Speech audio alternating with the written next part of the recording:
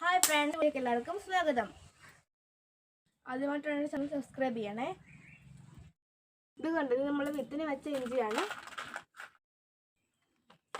കുറേയൊക്കെ മുളച്ച് വന്നിട്ടുണ്ട്.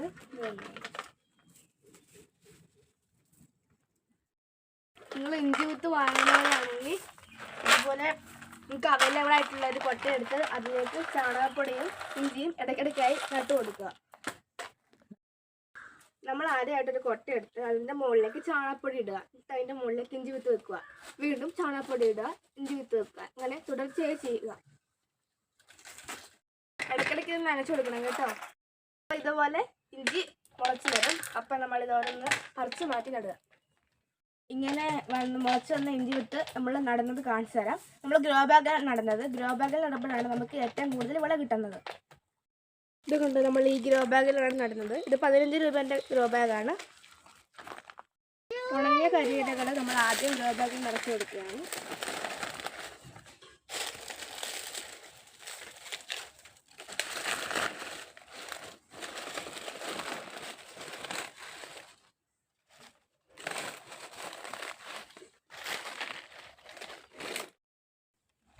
ഇത് ഇത്ര നമ്മൾ നിറച്ചിട്ടുണ്ട്. ഇതിന് ശേഷം കുറച്ച് മണ്ണ് നമുക്ക് ഇതിലേക്ക് ഇട്ട് കൊടുക്കാം.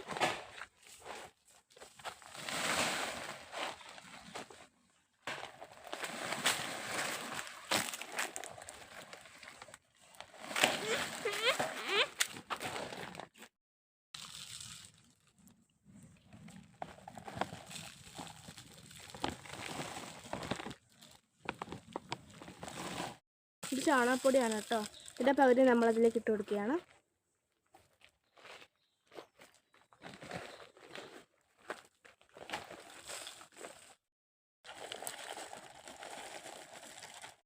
അതുപോലെ നമ്മൾ നിറച്ച് വെച്ച ഗ്രോ ബാഗുകളാണിത്.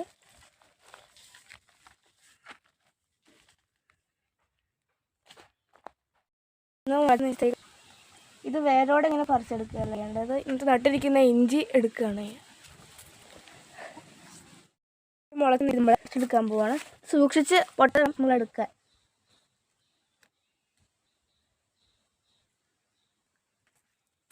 എടുക്കുക.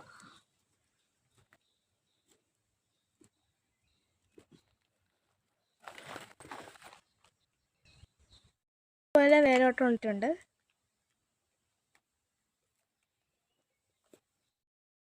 ഈ ഗ്രോ ബാഗ് കൂടി മാത്രമേ നമ്മൾ നടുന്നുള്ളൂ.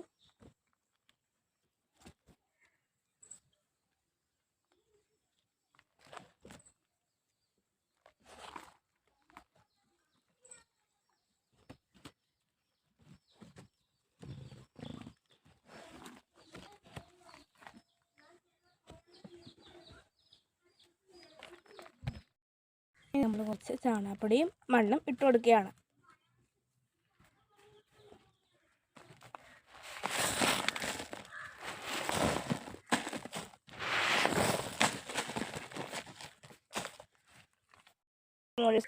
വട്ടയുടെ ഇലയാണ്. നിങ്ങളുടെ നാട്ടിൽ എന്താണ് പറയുന്നത്? ഇതാണ് കേട്ടോ.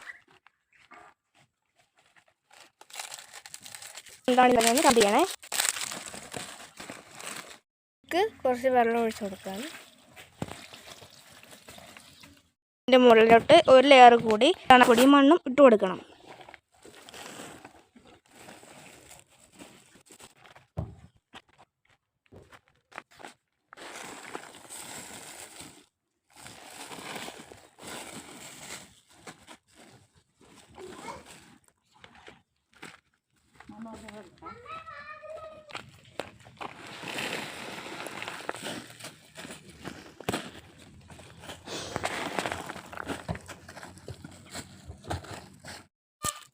കുറച്ച്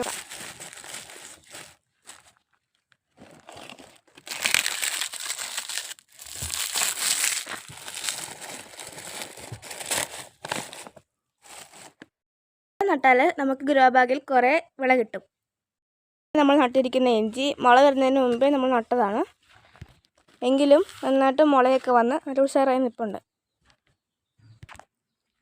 മുള വരുന്നതിന് മുമ്പേ വേണമെങ്കിലും നമുക്ക് നടാം.